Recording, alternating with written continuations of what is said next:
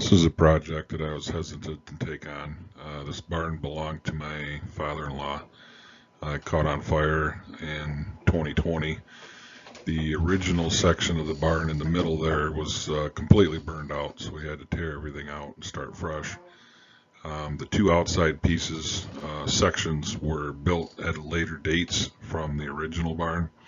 And then this whole thing is we had to replace the center and match it to the existing sides that remained three-sided shells on both sides.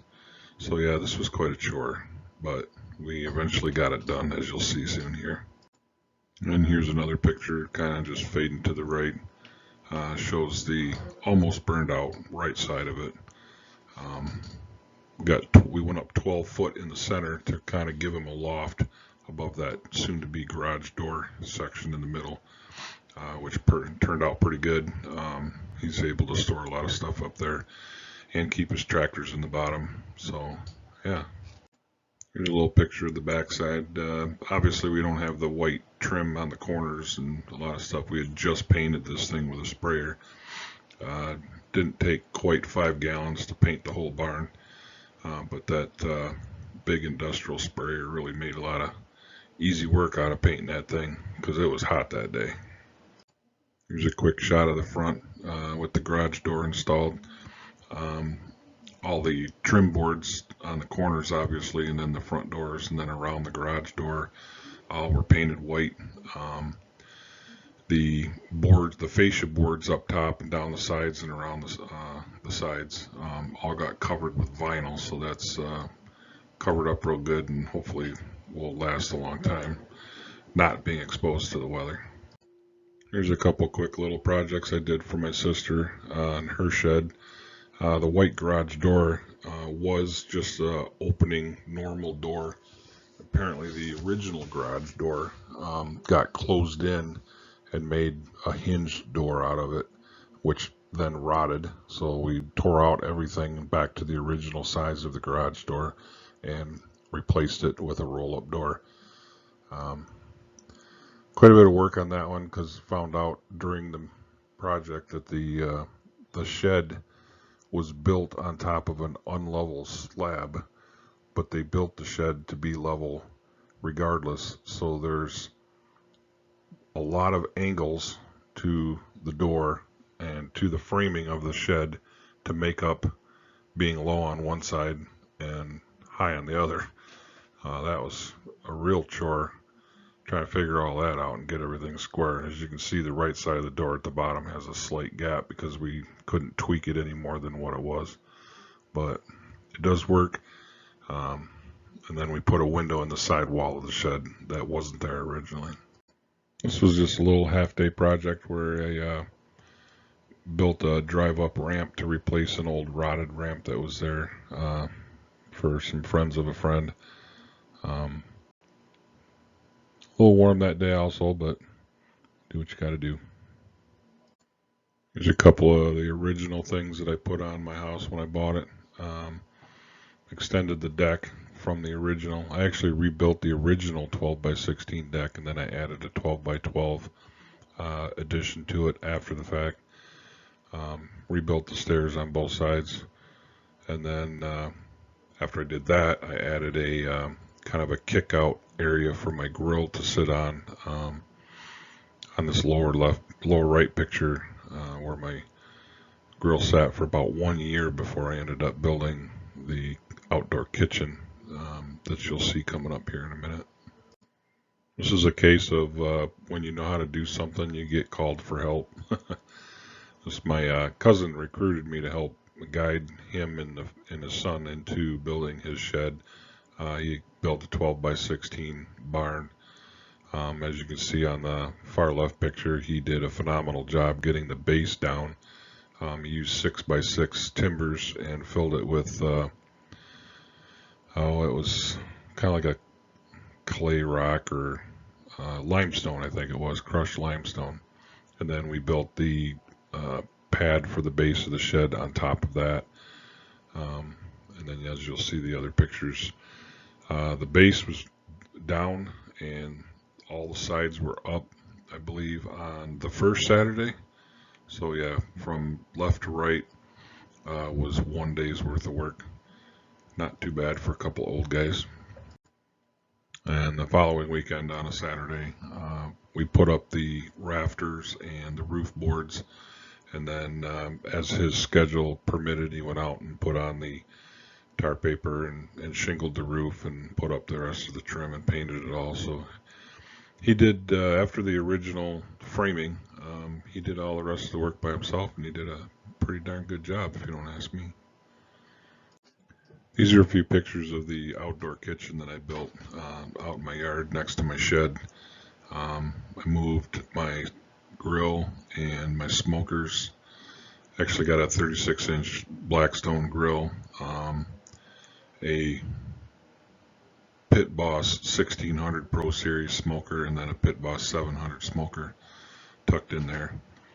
As you can see, the bar that's built there, I poured a concrete slab in my garage for the bar top, and got this all ready to put it on there. Just a quick view of the bar top after it had dried out, and pulled it out of the mold, or pulled the mold out from under it, I guess, and then kind of flipped it over. It was about 6 50-pound bags of concrete to fill probably I think a 2.5 to 3 inch tall top. I think the thing weighed over 300 pounds when we got it done. And here's the top in place, and then as you can see, I used some Trex decking boards to build the lower bar top, just so it was really weatherproof. I didn't want to take a chance on concrete on both. The Trex went down pretty good. As you can see, I did an outline frame and then held the other 3 boards into the middle of it. Totally waterproof, weatherproof. And then the stainless steel doors cover up a storage area where I keep all my propane tanks. This picture here is just kind of a view into the backyard.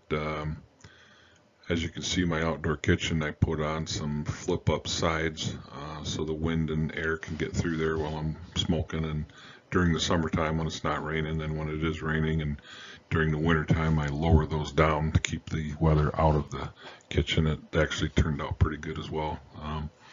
Keeps the snow out, except for what comes in the front door there, which isn't much compared to the sides being wide open like they were. And then on the far right over here, I got the 12 by 16 by 12 shed that my wife and family and I built to replace my old rotten one. It was just a small little barn that was there, and this is probably about 5 times bigger than what the original one was, but definitely holds everything we can put in it and then some. Here's some quick little projects that I did not too long ago. The little toy, I call it a toy trap, but it's a bungee corded box that holds all my grandson's stuffed animals and balls and everything. And depending on his mood, probably him, I do have a picture of him sitting in there on top of all of that stuff, which was kind of cute. Lower right is a sign that I made out of a 12 by 1. I believe it was just a poplar board.